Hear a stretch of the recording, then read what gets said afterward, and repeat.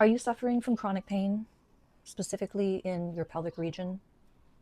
Are you suffering from chronic fatigue, battling depression, emotional stress, severe headaches, migraines, UTIs, painful intercourse, and very, very painful menstruation? Yet you're told that that's just how it is. Yeah, I mean, periods are painful, right? They suck. But this is different.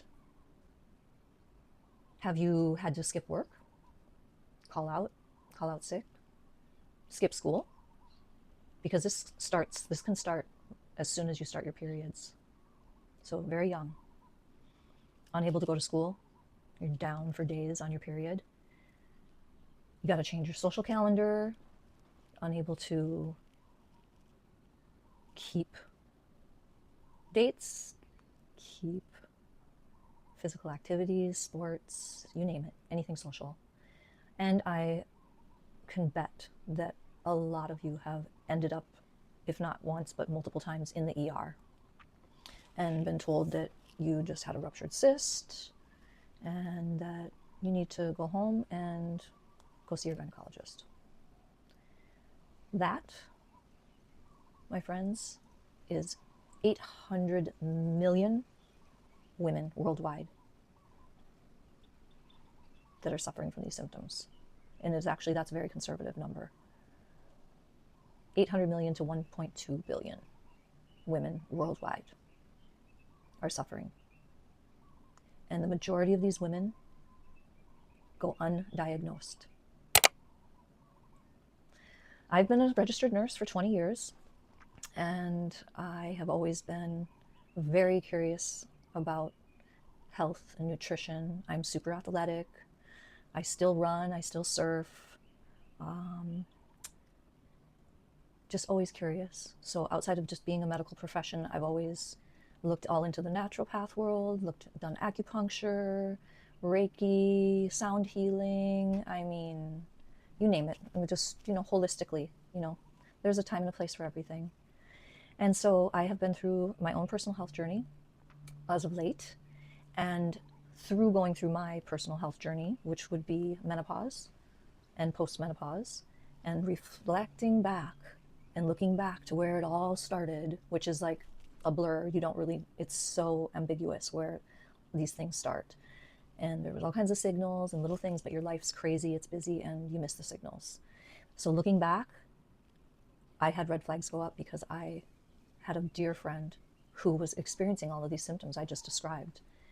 And I missed it. I didn't know what was going on with her. I had no idea. So, well, that's what we're going to talk about today. You're probably wondering, what the hell is this thing? So first and foremost, welcome to Taking It Back. And today's topic is endometriosis. So what the hell is this thing? Endometriosis happens when, let me just start from the beginning. Your ovaries, from the minute that you start having your period, their one goal in life is to prepare you for pregnancy. So as you know, every month they release estrogen and progesterone, and that forms the big juicy lining in the uterus that prepares it to receive an egg, and then to hold it and nurture it and take care of it, if you got pregnant. And if you don't get pregnant, which is, a majority of us, that lining sloughs off, and voila, that's your period, right? So what's happening with endometriosis is that when the estrogen and progesterone release and create that lining, and those cells that create that juicy thick lining, it is created outside of the uterus. Now these cells, they have a name, and the cell formation that it makes has a name, and it's called implantations. And so what happens is these cells implant outside of the uterus on various organs in your pelvic region. So they can implant onto your ovaries, onto your uterine wall, onto your bladder, onto your bowel.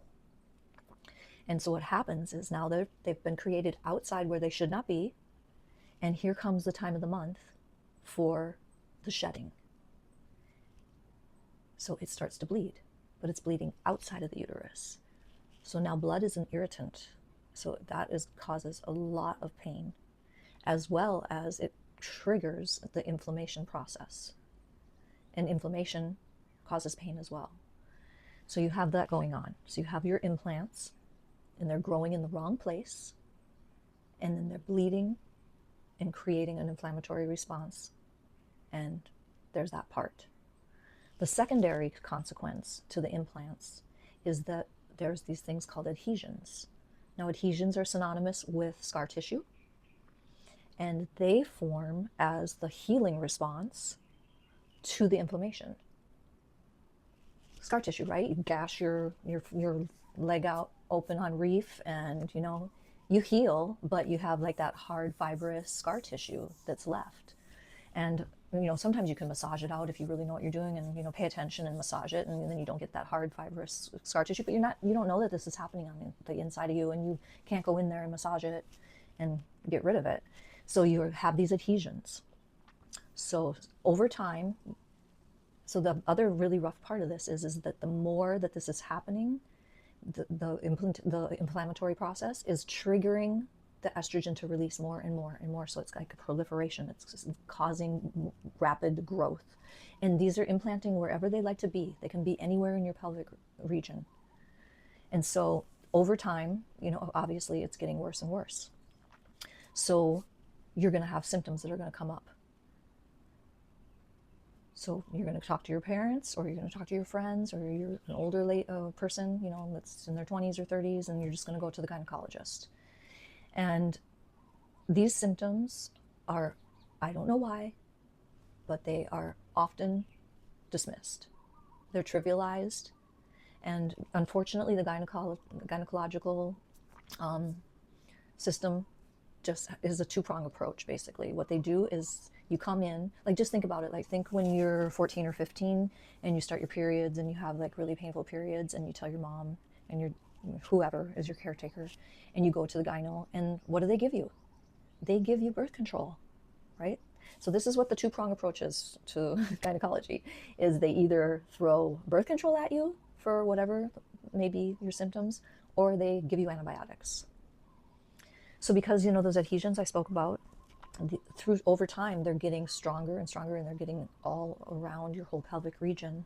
So initially it's not really a big deal, like there's 4 stages to endometriosis. The first stage is just very superficial implantations and adhesions.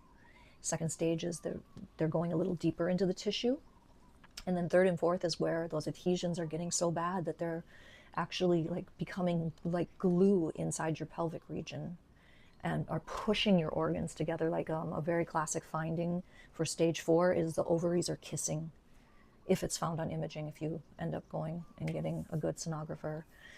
And so these are those adhesions, along with the blood and with all of the inflammation, are causing all your symptomology.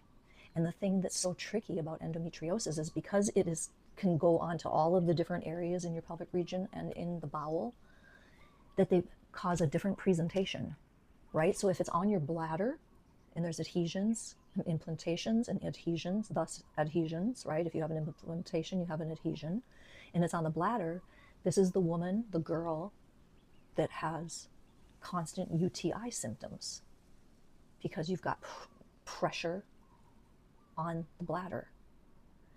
Or you've got, just from the bleeding and the inflammation, that's what can cause the really bad migraines and headaches. I have a girlfriend who went and had 4 MRIs. 4. Okay, so she was, reflecting back, she was like, wow, I had this since I was young. But she didn't even start really dealing with the big issues until she was about 32.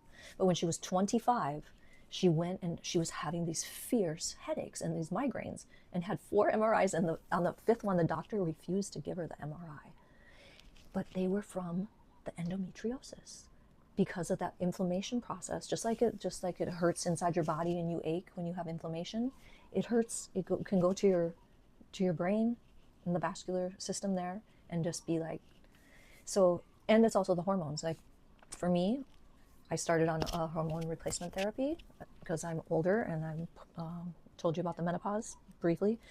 And when I first started taking the estrogen, I was getting wicked headaches because that's what the hormones can do. So you have a woman who's just presenting over here with just these wicked headaches. You have this woman over here who's presenting with these chronic UTI symptoms. You have the woman over here this is the worst case scenario, is when it's more by the bowel. So it's at the bottom of the pelvic floor. And so it's the bladder, and then the rectum is here, and the pelvic floor. And that girl or woman is on the floor during her period because of the inflammation and the swelling, and it's blocking, it's like causing like a partial obstruction with the bowel, you know. And so this woman is nauseous as hell. She's throwing up. She feels like she has food poisoning even. She's on the floor, writhing in pain. So, I mean, I'm telling you guys, you can see how you end up running around to all of these different kind of doctors, maybe not just the gynecologist, and they don't know what the hell is wrong with you. They're like, they'll run your labs, your tests pretty much come back okay, everything looks pretty normal. So now let's talk about imaging. So my friend that I told you had the MRIs, the 4 MRIs, because of the headaches, at 32, she started having really bad pain, and she started having the UTI symptoms. So she went in.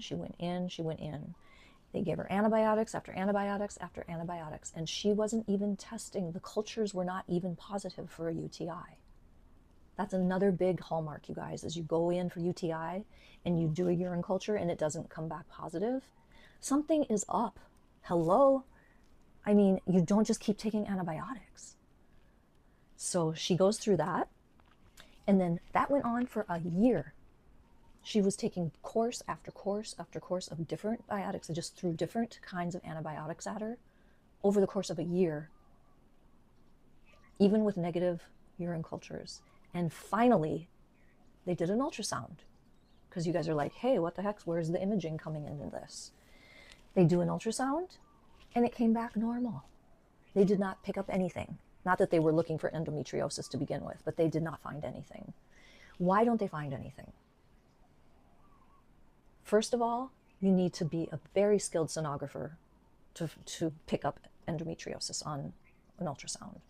But some of the reasons why it is not seen, besides being an unskilled sonographer, is that like the initial stages, the stage 1, it's very superficial. The adhesions and the implantations, and it blends kind of with the surface, and so it's not detected. And then, like when I told you how it's getting, the adhesions are getting more and more, and they can become a sheet. It's like so they're fibrous bands, but they also can become sheets, the adhesions. And that sheet kind of is just doing a gloss covering over the region. And you don't see anything. It comes back actually as like a normal finding on the ultrasound. So it's missed. It's missed. The other imaging that you should have done, which is better, much better, is an MRI. And the MRI will pick up things much easier. But I mean, how many gynecologists have you ever gone to? I mean, they barely are even doing this ultrasound after a year, are going to be like, oh yeah, let's do an MRI. It is just not synonymous with gynecology, especially when they're not even on the right track, right? So that's what happened with my girlfriend. There's all of these different symptomologies. You could present all these different ways. You're getting run around and around and around. And this is why 800 million women are undiagnosed, because these people don't know what they don't know what they're doing. And so what needs to happen is we need way better women's health. And even though I am unable to, I'm not a doctor and I can't do what I would love to do for most of you women, I can at least bring some light to this subject and point you in the right direction, and at least give you some light bulbs and some ahas going off in your brain, because these women are dismissed and dismissed and dismissed. This is where that depression comes from, you guys. I mean, this is a real thing, because you are basically being gaslit into to being told that there's nothing wrong with you, when you damn well know deep inside that something is really wrong, and you're really scared, and you're not getting help. So what do you do for endometriosis? What is what is the resolution for endometriosis? Well, first of all, the biggest problem is getting bloody diagnosed, right? So you have got to have an endometriosis specialist near me. Go find it. Go find somebody. And so what is typically done for women, depending on like what age and if you're childbearing, if you're not even sexually active yet, because remember we're talking about girls that are just starting their periods and are 14 and 15 and young, you know, gosh, I was 12 when I started my period. So, I mean, you would do a little bit of different for each age group. And so what we want to do is we want to suppress, first of all, we want to suppress these hormones, just slow this roll down and get this under control.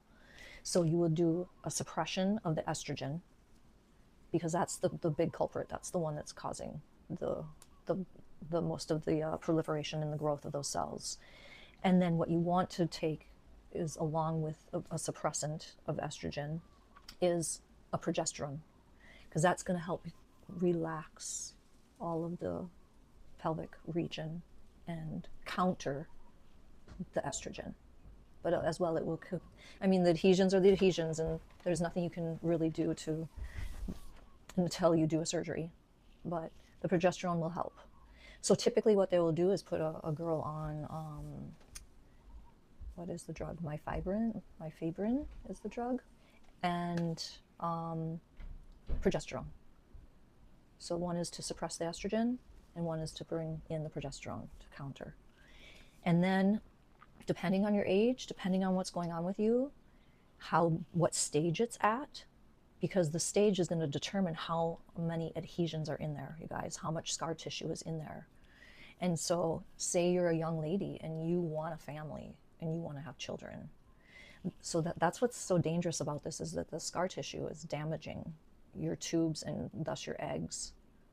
And so the only way to rectify that is to go in and cut out the adhesions and have them surgically removed through laparoscopic surgery. So ideally you would suppress first and get out of, this is going to get you out of pain. The suppression is going to alleviate the pain. Then you would do the surgery. So say you're an older woman and you've, like I said, so that just FYI, say that it's 15 years is the typical time for a woman to get diagnosed with endometriosis. So this could be an older woman by the time she's diagnosed, and they go in and they scope her and they see how much adhesions are in there. She's had a child somehow, miraculously, or maybe not, you know, because she couldn't, because this is the #1 cause of infertility, you guys. Sorry, I probably should have mentioned that a little earlier, but there's so much information and I'm just freeballing this right now. So yes, it's the #1 cause of infertility. So say you have an older woman and she's riddled with these adhesions. They're just going to do a hysterectomy. They're not going to go in there and cut out every single one, because it would just be so painstaking. They would just say it's best to just remove the uterus and do a hysterectomy. But for someone who wants to have children and is much younger, you're going to go in and you're going to cut out everything. And hopefully it hasn't been 15 years and you're diagnosed and it's sooner. And you're going to go in and you're going to cut out all of the adhesions. You're not going to burn them off. You're going to cut them out. And this is the other sticky part of this, is that because this is such an undiagnosed disorder / disease, there are not a lot of skilled laparoscopic surgeons doing the removal of these adhesions. I mean, I have experienced friends who have told me that they've figured out what is the problem, you know, with getting help, like from someone like me or other information or other sources. They're super excited because it's been going on for years and years and years, and they finally know what's wrong. They go to have the surgery and they open them up and they wake them up and tell them that they didn't have any endometriosis. 50% of the laparoscopic surgeons don't fucking find the endometriosis. So you guys have to really, really do your due diligence and find a skilled surgeon. I will put a surgeon down. I'll drop a link of an excellent surgeon. She's in California. And if you can't travel there to have it done, or you want it somewhere else, you know, get a referral. Start looking into skilled laparoscopic surgeons to do this specific surgery, because this is just a nightmare, you guys. That's why I just forget. I mean, this channel is about women's health, okay? But it's, I really was going to target it on perimenopause and menopause and postmenopause, but because this came up, I wanted to get into this today, because this is just absolute insanity what is going on. And it is just, it's almost criminal, you guys. So I hope that this information helped somebody. If this is a mother watching, by the grace of God, somehow watching this video, please don't dismiss your daughter when she's telling you that she's having these bad symptoms, and that the number one symptom, the only symptom for endometriosis is pain, pain, pain. That's it. That's all it is, because you're having pain in all of these different places from all of this stuff that I've just explained, and it is not normal. So mothers, please, if your daughter is telling you and you see that she is in pain, please listen. Any healthcare worker that's listening, that is the diagnosis, you guys. Listen to your patient. They're telling you what's going on. This is not normal. Listen. Friends, family, anybody who's listening that knows a friend or a niece, or somebody, a sister, a friend, please share this video and get this out. I will be back. I'm gonna top this off next week with another video addressing SIBO and PCOS, because polycystic ovarian syndrome and small intestinal bacterial overgrowth, SIBO, are inextricably tied to endometriosis. I bet you didn't know that. So I will be back to share more information with you. And in the meantime, I hope you are all taking it back. Taking back your lives, taking back your health, taking back your power. Much love to all of you. Aloha.